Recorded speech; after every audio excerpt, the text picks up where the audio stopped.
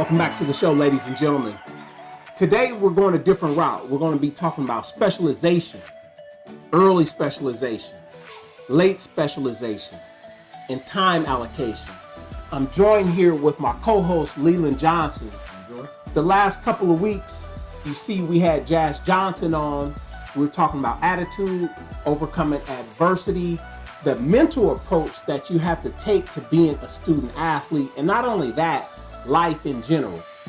So we're going to continue on because some of these themes, they're intertwined with everything we're going to be discussing today. So as I said before, we're going to be discussing early specialization, late specialization, and time allocation. So early specialization, there's some sports that you have to specialize in, such as gymnastics, ice skating. You have people that specialize in tennis early on, track and field. There's a reason and a purpose to that.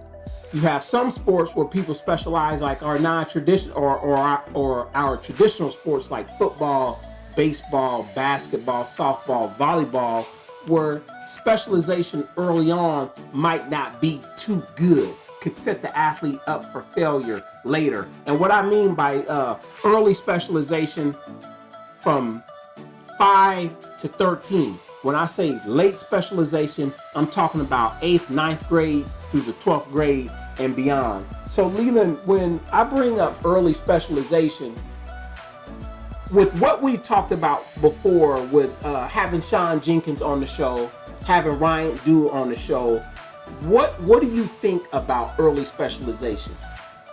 In a traditional sports, I don't agree with it because I think your kids should be allowed to experience as many different types of sports or endeavors that he or she, could possibly do. I think between the ages of 5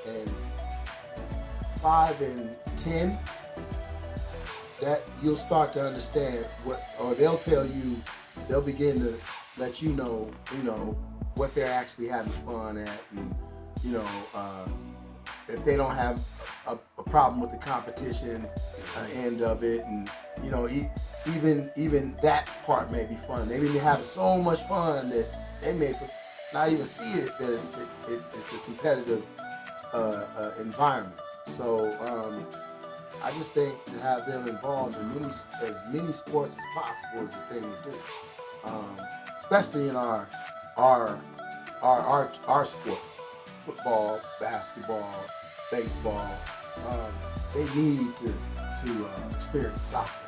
They need to experience track and field. And I don't see track and field as one of those specialization type situations, because after all, it's the true sport.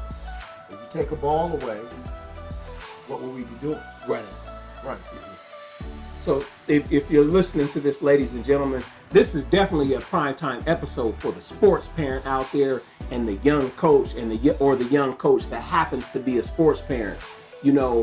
What Leland is saying, let your kids play 4 or 5 sports early on. If it's football, cool. Play some baseball, play basketball, do track and field. And I'll say off the top, I really believe 2 of the first sports that you should encounter when you're young is soccer or track and field. And when I say track and field, I mean running the 100, the 200, maybe the 400, 800 if possible, and even the 4x100 relay. Because Leland, what I'm starting to encounter as I get deeper into my sprint knowledge, looking at the minute details of running, which is natural. And I tell kids it is natural, but it's an Olympic sport. So at a certain time, you have to look at running as a skill. Yeah. So to get better in your sport, you're going to have to embrace it as a skill.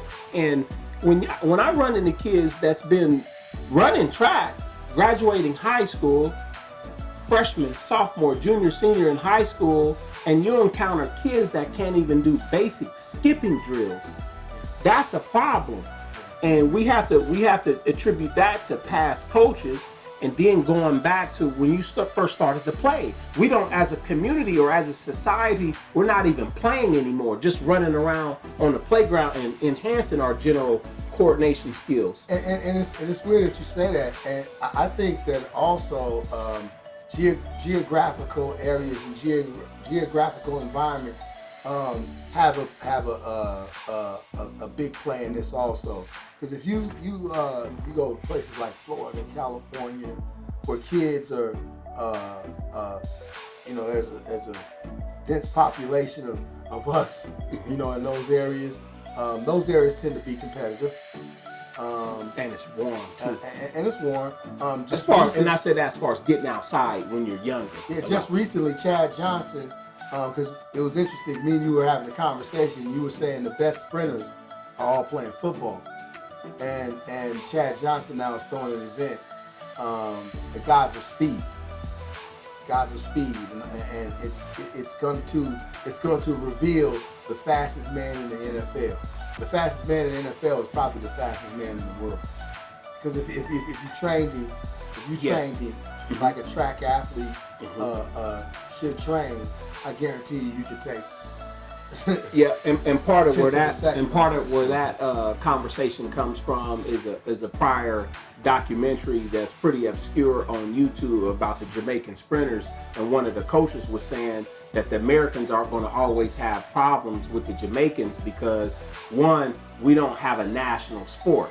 So we got some of our best athletes are playing football, baseball, soccer, and other sports. So you can imagine, it's like Leland said, and I know this for a fact, any guy running a 4.3 or 4.2, that's Olympic level speed for the first 40 yards. So you could equate that to 40 meters. And those Jamaican coaches, they know that. Yeah.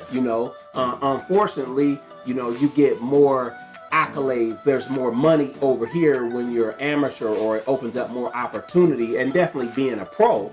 So, over here we're looking at football more, or basketball that outshines. Nobody's saying I'm gonna do track and field like they're gonna do AAU basketball, football, then later do 7-on-7 football like any of the other sports. So we miss that.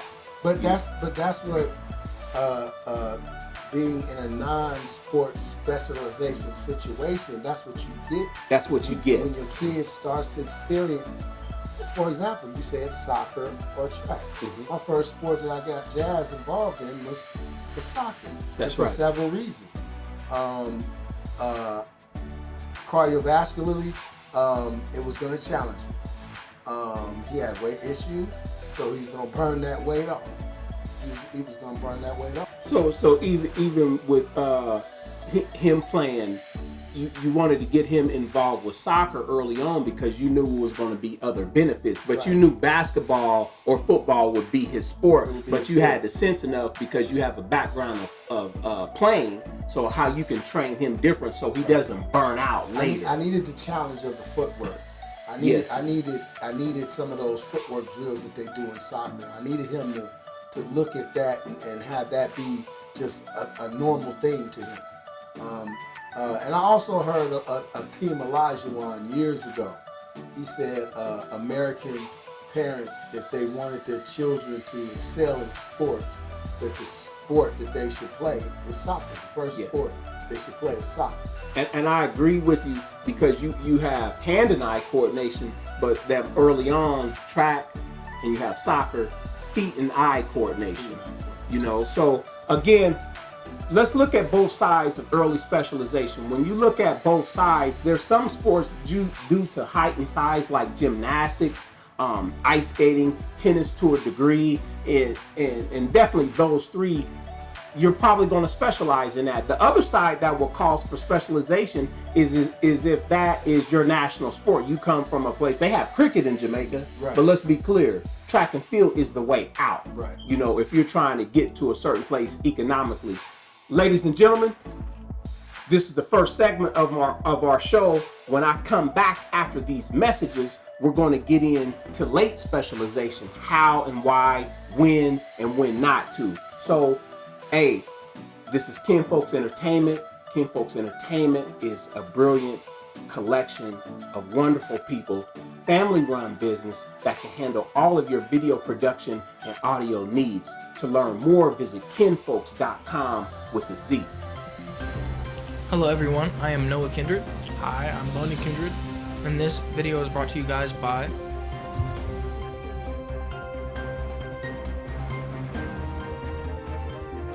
are simple steps that you can follow to make sure you get your highlights done as soon as possible. Step 1 is to go to kinfolks.com and click on the Sports tab. Step 2, just enjoy the video, but make sure you timestamp all your highlights. Look at the title of the video and mark that down along with your class and the school you attend, and email it to kinfolks2012@gmail.com. Be sure to include your social media links in the email so we can reach out to you or tag you in any post that may include you. We are working on dedicated phone lines to where you can talk to a human being instead of automated services. Make sure you tune in next week, and make sure you go to kinfolks.com to follow us on all our social medias by clicking the social media link. I am Noah Kindred. I'm Moni Kindred.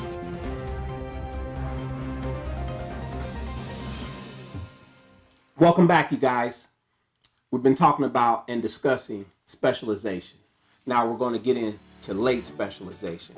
And Leland, I'm looking at both sides. Like, we definitely want you playing sports from about 5, be a multi-sport athlete from about 5 to 11, 5 to 13. After about 3 or 4 years, you're going to see, okay, what is this child's disposition? What's the genetic structure of the parents? Is the dad 6 foot or 6'3"? What was the grandfather? How tall is the mom? So then once you get to high school, you can figure out what they like, what they don't like, what are they getting out of. So if you like in one sport, there's probably going to be another sport that complements that in the off season. So you're talking about late specialization, and some of you purists out there might not like it. Some of you high school coaches might not like it. Some of you high school athletic directors might not like it, but we have to wrap our head around this because it's already happening in basketball.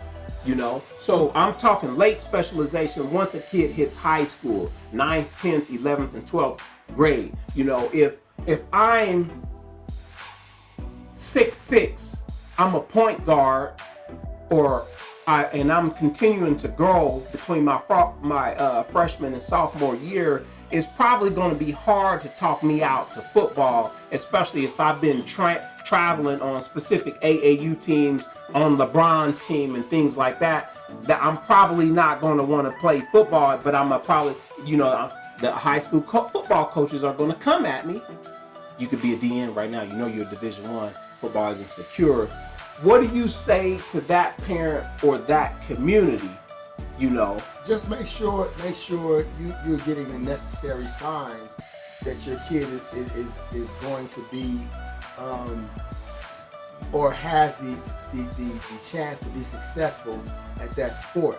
And the necessary signs are, if he's an 8th grader, 7th, 8th grader, and you got high school coaches knocking on your door, okay, you got a special kid, and you might want to start getting him into some situations where it's working on his skill set in that prospective sport.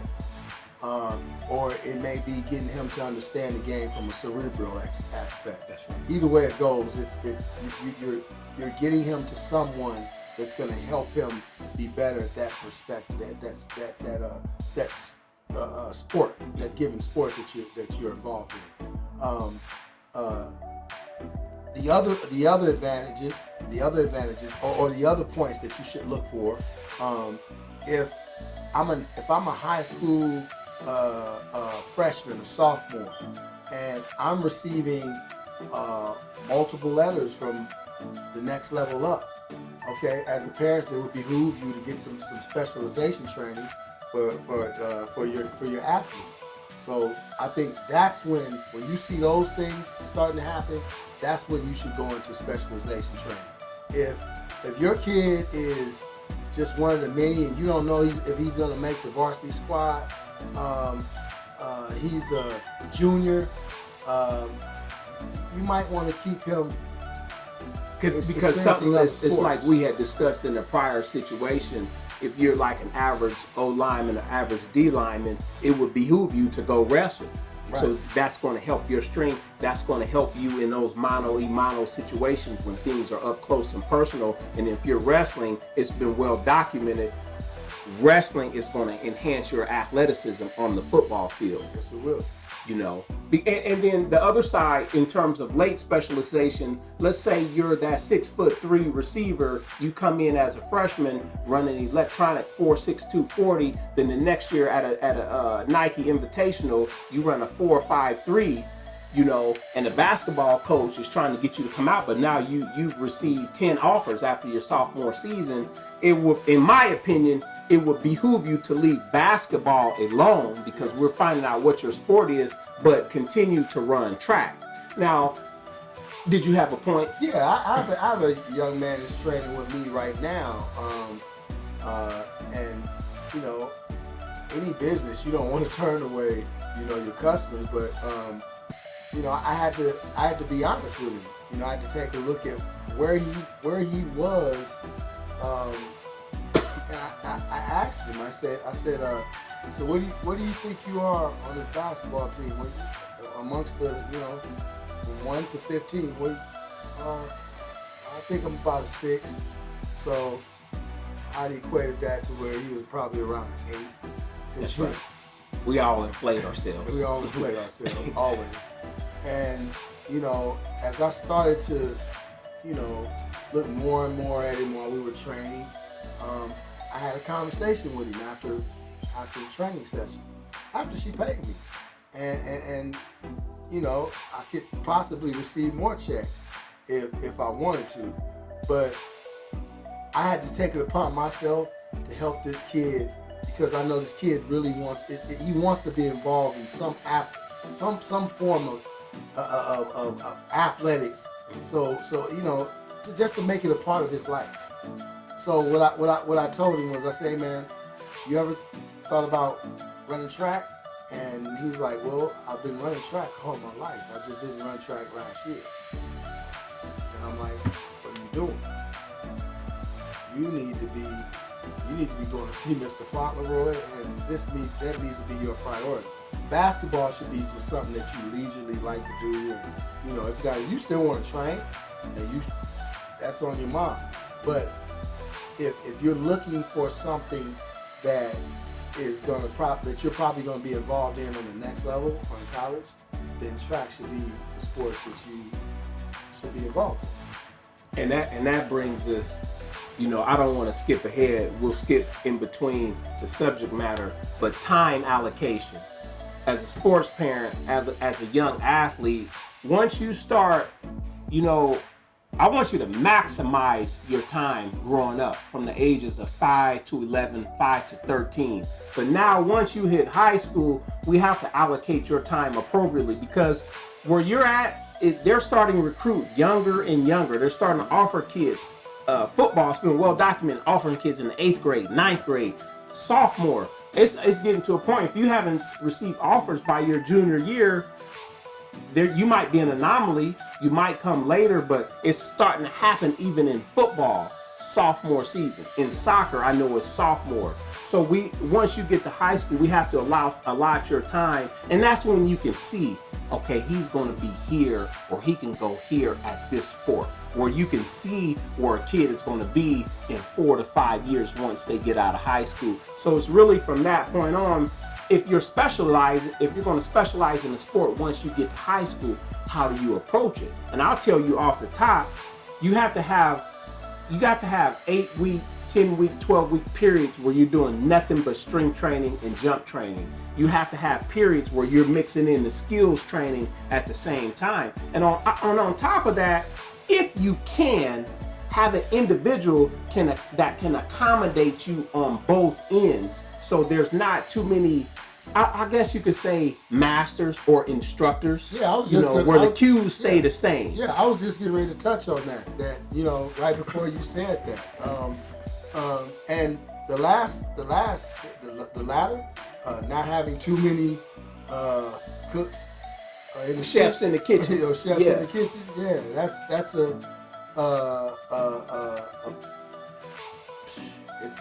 if you have that situation, then that's a plus. Now, and I will say, having multiple people on your team is great. Like you know me, you'll send a kid to me that might be working with you. I've sent kids to you might be working with me, and that still are. So the energy is the same, the methodology is the same, the expectations are the same. So you don't come back and there's two different cues going on. But see, I'm not gonna use us as an example because we you know, our relationship is unique. You know, where we understand because we've done it. We did it while we were playing, and yes, I took on a different aspect of it, and you took on a different aspect of it, but our foundation is the same. Yes. You know, so if you have that individual where your foundation or your understanding, your foundational understanding is the same, boom, then you can have 4 or 5 of those individuals together. But if you have one individual who's not willing to or open to see your way of doing it, and this guy over here is looking at both of you like, and then you getting it because you'll get that negative feedback. The resistance will come. Yeah. And there shouldn't be resistance when you have a team of people working together for the best interest. If they say it's for the best interest of your son or daughter. So these individuals, they have to be on the same page. And in my opinion, they should meet. You know, I've had a mom call me and she listens to the podcast and they're in Bethany, Pennsylvania, where I'll call the strength coach. Yes. You know, said, hey, she's worried about her daughter. She feels she's worried about her son. She feels like he should be working on this and this. I met her through my podcast. So she feels like there's a mental component that little Johnny is missing. Or, you know, now I've made another friend on the East Coast and another listener and another follower. Or like your big lineman that you working with right now. You know, one of his weaknesses, upper body strength. I know Leland specializes in upper body. I'm more of a multi, but if I'm not doing it, I'm gonna send them to you where that's your specialty. And I was you know talking about how your relationship with their coach, how you opened up, how you picked up the phone. Call the coaches at his university. And now now they have a relationship, and they're actually trusting the fact that Deshaun is working with their athlete, and they're looking forward to seeing him very soon, and not expecting to see the same person. They're expecting to see a kid that's improved. Yeah, so it's really wonderful as far as having the communication with the other trainers, the strength coach, the skills coach. But then when you encounter certain people in your son or daughter's life, especially if they're at like the high school level and the collegiate level, being able to reach out to like a person's head coach, their position coach. In this case, he's an offensive tackle, where I communicated with the head coach and his offensive line coach. So they know what he's doing, so they trust him when they're away, and they trust you, and you can build a rapport so we can destroy, I guess you could say, some of the friction and resistance in our industry when kids do come home. You know, we're gonna pay some bills. I need to take a sip of water. This is a good episode. When I come back, we're going to discuss time allocation. Again, ladies and gentlemen, this show is brought to you by Kinfolks Entertainment. You got to go check out Kinfolks Entertainment at kinfolks.com. That's Kinfolks with a Z. Hello everyone, I am Noah Kindred. Hi, I'm Bonnie Kindred. And this video is brought to you guys by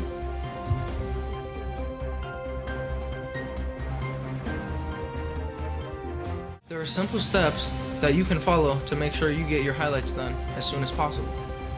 Step 1 is to go to kinfolks.com and click on the sports tab. Step 2, just enjoy the video, but make sure you timestamp all your highlights. Look at the title of the video and mark that down along with your class and the school you attend, and email it to kinfolks2012@gmail.com. Be sure to include your social media links in the email so we can reach out to you or tag you in any post that may include you. We are working on dedicated phone lines to where you can talk to a human being instead of automated services. Make sure you tune in next week, and make sure you go to kinfolks.com to follow us on all our social medias by clicking the social media link. I am Noah Kindred. I'm Bonnie Kindred.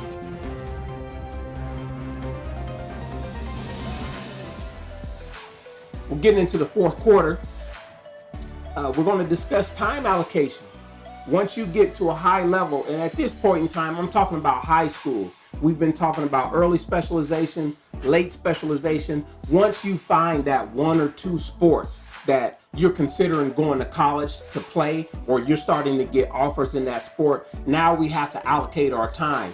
You probably not, you're doing yourself a disservice once you get to a varsity level. You're getting offers in one sport, you're still trying to play three, because now the school, once you get offers, and especially after you commit, the university, the head coach, the AD, your position coach, is expecting you to come in and be at a certain place, you know, psychologically and physically, you know. So time allocation, you know, if you're playing football and you're a pretty good point guard, but we know your offers are for football, I'm going to tell you that you should be running track in the spring, and then as soon as football season is over, you're in the weight room with your team and you're with somebody like Leland or myself, because we know in high school you're going to get your general needs met, but we have some special things, special strength things that we want to introduce you to that's going to help propel you to the next level. So what's your thoughts, Leland, on time allocation?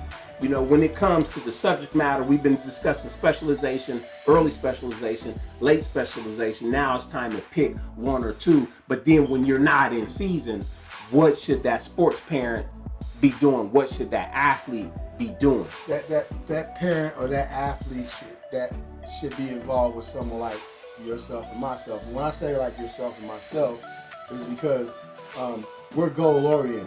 Mm-hmm. So I think what we're looking for when we take that senior high school athlete, what we're trying to do is when he touches his feet on that college campus, that those trainers, those head coaches, as far as the physicality or anything physical, there's nothing that this kid is coming short of. Cardiovascularly, strength-wise, speed and agility, in those areas, we pride ourselves on sending that kid to that institution. And as far as the physical part of the sport, they don't have anything to worry about. Nothing to worry about. And ultimately, what Leland is saying, and I'll just put it out there, if you're a sports parent listening to this, and what I'm going to say, this goes beyond degrees. This goes beyond the masters. This goes beyond the bachelors. This goes beyond whatever sophisticated certification that you're going to have your son or daughter working with. This goes beyond the guy that played in the league, whether it's NBA or NFL, that happens to be a trainer. You want your son or daughter with a technician. You want your son or daughter with somebody that's connected with physical therapists, chiropractors, and acupuncturists that happen to be strength coaches themselves, and they work with athletes. I pride myself on being a technician, whether it's teaching jump training, Olympic lifting, powerlifting, anything sprint mechanics, anything revolving around sprint mechanics. And I know Leland, being a basketball coach and a basketball trainer that happens to work with football athletes, O-line and D-linemen, somebody that's really a technician at teaching drills that's appropriate for that level. You know, so you want to allocate your time, but you don't want to put your time and money in a place where it's getting wasted and you can't see any improvements, where we have to measure stuff. You know, with what I have at the clinic, I'm going to measure you by a functional movement screen once a quarter. I'm going to measure your broad jump. I'm going to measure your vertical jump. I'm going to measure your 10-yard dash. I'm going to measure your 40-yard dash. If we're on the track, we're going to see where you're at with 30 and 60 meters, you know, with the appropriate equipment. But if you're just training to be training and you never do any measurement, I'm going to tell you right now, sports parents, you're wasting your freaking money with certain people. Or let's take it here. I have an athlete that I'm working with right now who is probably one of the best basketball players in the nation.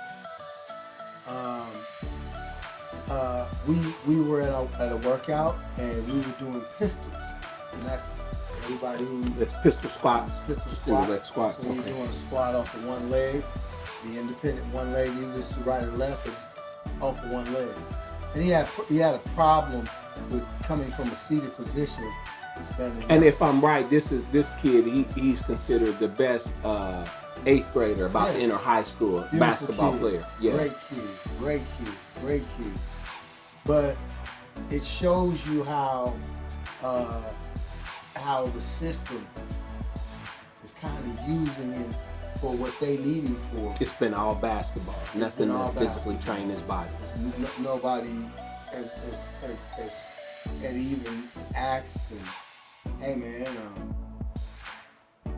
is there anything going on with you where we could make sure that you're not hurting week in and week out? And that's the thing, and that's why I think most coaches should start learning about the strength and conditioning side, because they could see a kid running around on the court. You don't even know what you're looking at. You're looking at a weak body, injury waiting to happen. And if he has a knee injury at this point, how's he going to recover psychologically? Now he has to. I just told him. I said we were talking about time allocation.